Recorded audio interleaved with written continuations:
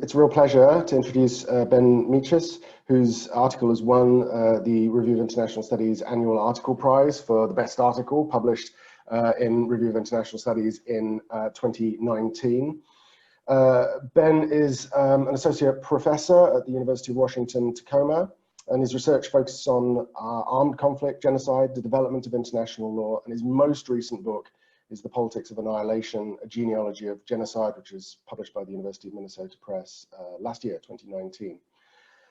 In his article, Non-Human Humanitarians, appeared in Review of International Studies, Volume 45, Number 1, in January 2019. We'll put a link to the article in kind of notes for this interview. The article addresses the way in which non-human humanitarians, specifically dogs, drones, and diagrams, expand and complicate international humanitarian practices, drawing on new materialist and post-human literatures. And it argues that non-humans possess distinct capacities that expand and transform humanitarian efforts. The judges, when they kind of came to their decision, commended the article for providing a rich account of the role of non-humans and what the roles that they play in humanitarian endeavors. It develops an original framework to help us think about how non-human entities, animate and seemingly animate, contribute to humanitarian practices, as well as the unintended consequence of these contributions. So I'm looking forward to a discussion with Ben about the article. Welcome, Ben. Thanks for having me. Not at all. Congratulations on winning the prize. Can you tell us a bit about how you ended up writing on this topic? Because it's a bit of a departure from your work on genocide, isn't it? Yeah. First, let me extend my thanks to you and to the journal and to the judges and everyone. I was pretty shocked and honored to actually receive the message from you about this. You know, it's always nice in the academic world. Sometimes we're working on our little projects and you never know if you're speaking out into the universe and anyone cares or hears. So it was a wonderful kind of moment for me. So like you said, most of the research that I've done has been focused on the topic of genocide, but I've always also tried to ground and work alongside a kind of materialist theory in my work. I think even in my count of genocide, which is focused on concepts and discourses largely, it's trying to also give an account of those and semiotics that's based in materiality to some extent.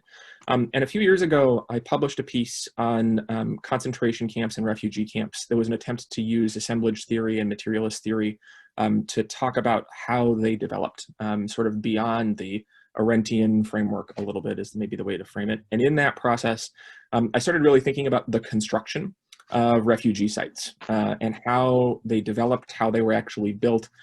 It's not something that I have a lot of technical expertise in, and so it became really curious to me. And it occurred that there's all of this literature framed around the problem of non-humans and materiality in the past decade in IR and political science and other disciplines, but that there had interestingly never been much discussion of that in the context of humanitarianism, which so explicitly foregrounds the category of the human and the problem of how we treat other human beings. So I started poking around a little bit, and I found there are animals at work in non-human, in humanitarianism. I found that there are all of these interesting deployments and discussions about materials. Many of the topics that are really important in IR, like the debate over the role of drones in extending armed conflict in various ways, also pop up. And so I thought it was a good moment, and maybe in some ways even a little happier topic than some of the focus on genocide, because there's some positivity that comes out of it. And it drove my curiosity, just kind of the weird way in which non-human things get embedded in the institutions and practices here. Yeah, and it's particularly timely, isn't it? Because with Magawa the rat winning or being awarded the medal for mine clearance, when I reread the paper for this chat, I was thinking, how what you've got to say about the role of non-humans is actually emphasized quite a lot. I spoke a little bit about sort of what the article is about, but can you just tell us give us a brief outline of the argument? Yeah, so the article is framed around the question, who performs the labor of humanitarianism? That's kind of the introduction point. And by that, I was trying to think about what are the forces and the entities and the actors and relations that actually go into producing sort of tangible humanitarian practice. Because sometimes debates in humanitarianism end up centered on questions of ideals and ethics, right? They're grounded often in claims about dignities and rights. And I don't want to dismiss the importance of those, but I also thought if we kind of looked at the networks, right, or the assemblages, or whatever kind of language we want to use to describe that, that we would find really interesting things. And one of the things that the article tries to do is to present itself as providing a material or realist account, but also not to get bogged down in the debate over how we approach that methodologically, per se. Because I think the important thing that I try to go for is to just sort of follow non-human things through and see what that account shows up to it, and reveals to us. We know that there are really good critiques already of humanitarian intervention, ranging from realist accounts like Manon's To the Conceit of Humanitarian Intervention. There are post-colonial critiques of it. There are gendered accounts of it. All of these really rich discussions. I thought following the non-human would open up something different. I kind of trace out 3 different non-human entities. I talk about mine clearance dogs and demining dogs, and try to give an account of how their evolution of olfactory and other capacities is really useful in thinking about mind ecologies and trying to understand the space and time of warfare and the way dogs interfere in that and help resolve it in some cases in a unique way. I wanted to talk about drones because so much of drone theory is centered on armed conflict, and to see how the importation of drones into humanitarianism changed the way that its categories worked. So it's one of those kind of the technology alters the paradigm a little bit, and the way in which humanitarians think about the work they're doing in the field, and also the development of new humanitarian designs. So there's this ideal drone called the Pouncer that would actually deliver itself as foodstuffs, which I thought was kind of an interesting innovation in thinking about remote technology. And then the diagram section is partly about the actual texts that teach you how to build a refugee camp, and the way in which they can help people to confront the problem of setting up shelter sites, but also then kind of reinforce one paradigm for how we address sheltering in emergency conditions. And there it's almost like, I think about the example of like IKEA, right? You open up an IKEA catalog and it's very simplistic in a certain way, but it also plugs you into a paradigm of governance. And I wanted to kind of tease out how that facilitates both actual, I think, construction of humanitarian sites, but then also a politics, which is not always so clearly acknowledged. And there are 2 or 3 kind of takeaways from this.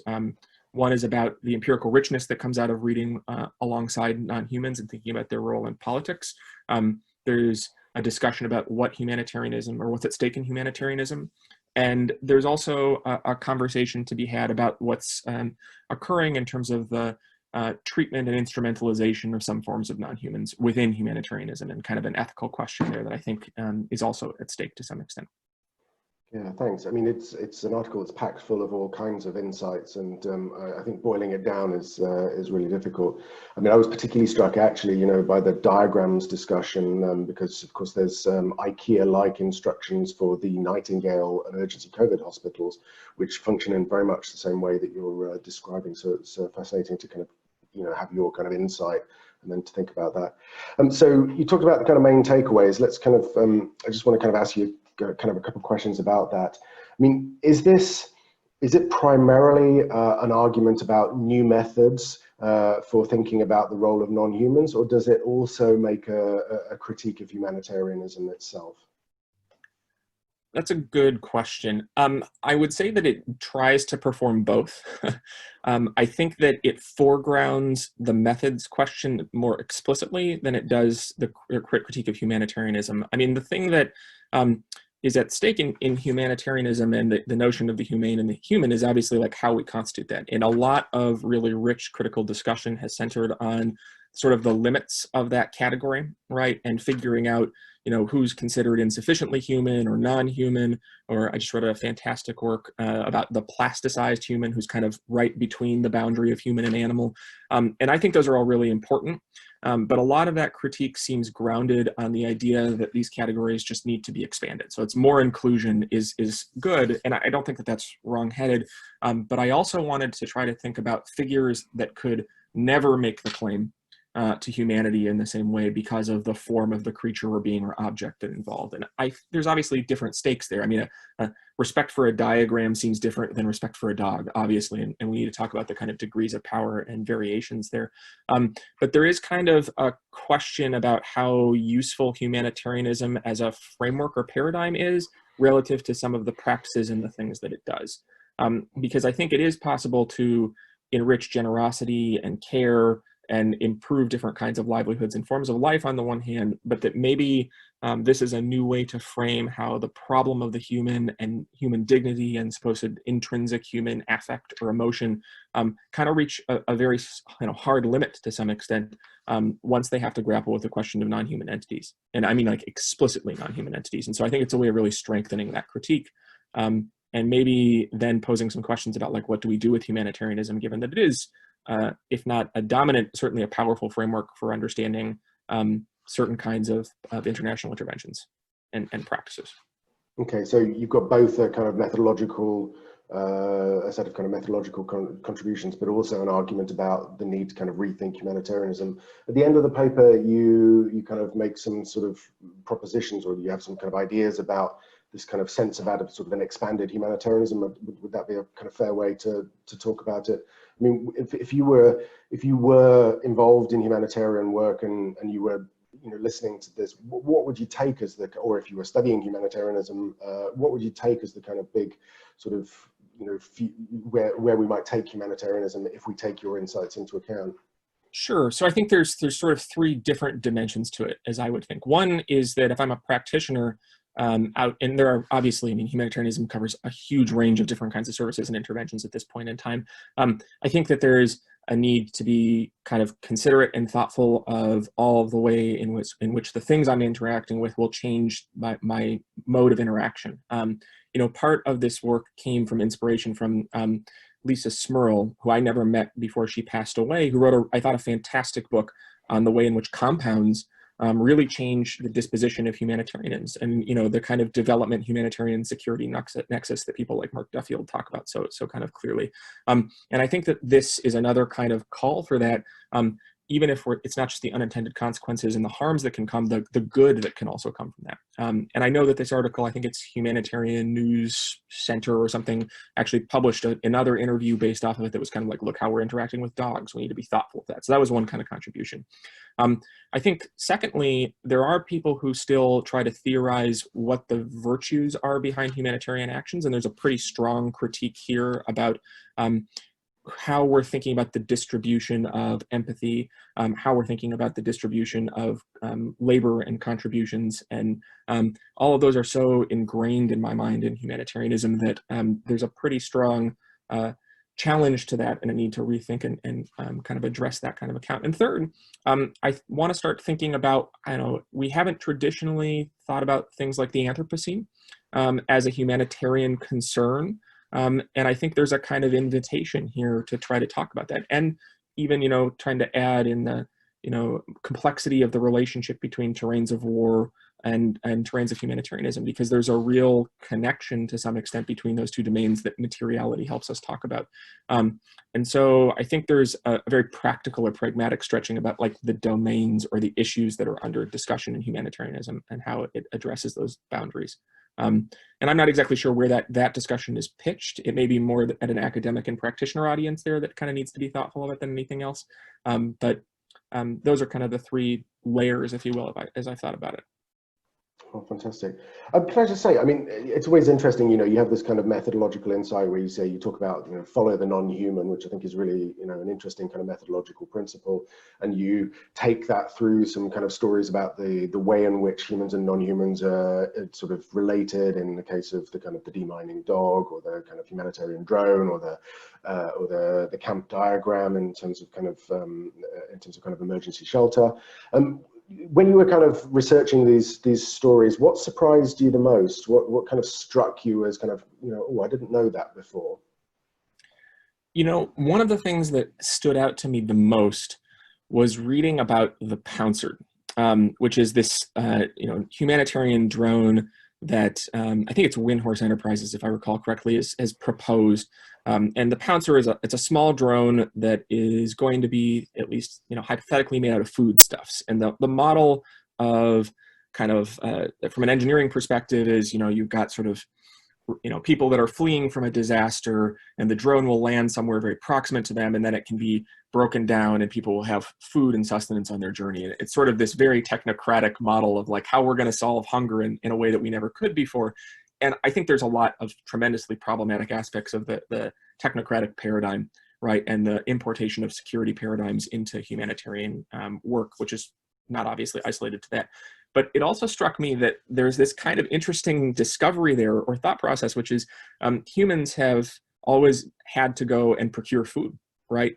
We do that in practices of hunting and growing. Now it's agriculture, so people go to stores, right? We obviously have food that's now brought to us by remote delivery, but this is actually a foodstuff that to a varying degree will be brought directly to you for the purposes of consumption. And according to the people that are designing it, will have some degree of independence and intelligence. And it just seems to me like there's this odd discussion all of a sudden about an entity that wants to be consumed, that exists literally for nothing else but the development and health of another.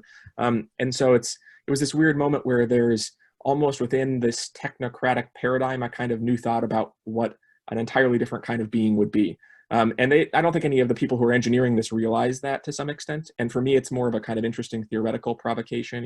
I think about the work of like Emmanuel Levinas and the face of the other, right? And one's infinite responsibility. And here it's actually a drone that hypothetically would be able to fully and completely give itself to another. And that was more, again, an intellectual curiosity, but it just struck me that there were a lot of interesting things and ideas that are in the background, or possibilities that emerge from all of these kind of formal work with non-humans, which just hadn't been explored and hadn't been thought about, but are kind of there. It's always to me, there's always kind of an excess or a surplus of possibilities emerging out of any one interaction, and it's just one of the things that really kind of struck me as I was going through the literature. Yeah, and I think that's something the article does really, really well. I mean, it shows you how things that you don't necessarily think about particularly closely, like how does demining actually happen? When you start to think about it, you find, well, it's dogs because, and they treat it like a game, and they have this affective relationship with their handlers and so on. And so I found it fascinating in that regard. So I just want one last quick question, which is after this, what next? What's the next project you're working on? Well, it's funny you should say that. So I've been working on a book on animals in the context of humanitarianism. So I'm actually expanding on this work, and you were talking about the rat demining process, right? So I'm trying to talk about rats, caprines, and bovines, so goats and cows, to some extent animals that are used as transport mechanisms, because I think if there's a value of this particular kind of project where it makes the case most convincingly about the need to kind of rethink the categories of humanitarianism and expand it, it's with respect to non-human animals. And so I've been on that now for probably about a year, and been in conversations with a couple of different presses about kind of producing a book along those lines. But I want to talk about, people have investigated dogs in the context of landmines, and that's really important. Obviously, rats have been really now kind of made center stage with respects to that, but they also do interesting stuff with infectious disease control, animal trafficking, and then obviously there's this entire genre of humanitarian services providing animals to people. And there's some really interesting discussions about gifting and the model of agriculture and community support and industry that are involved there, in which, again, animals are really kind of focal. So this is actually kind of where I've been developing and working for a lot of the past, since the last book came out, I would say. Trying to give a really rich account of how non-human animals particularly expand and complicate these categories. Fantastic. Well, we'll look out for that. So congratulations again on winning the prize. If you want to read Ben's article, you can find it in volume 45, issue 1, a review of international studies. We'll put details in the notes alongside this video. And I do strongly urge you to go and check it out. It really is worth reading. It has some very interesting kind of stories to tell. Thanks very much, Ben. Yep. Thank you so much.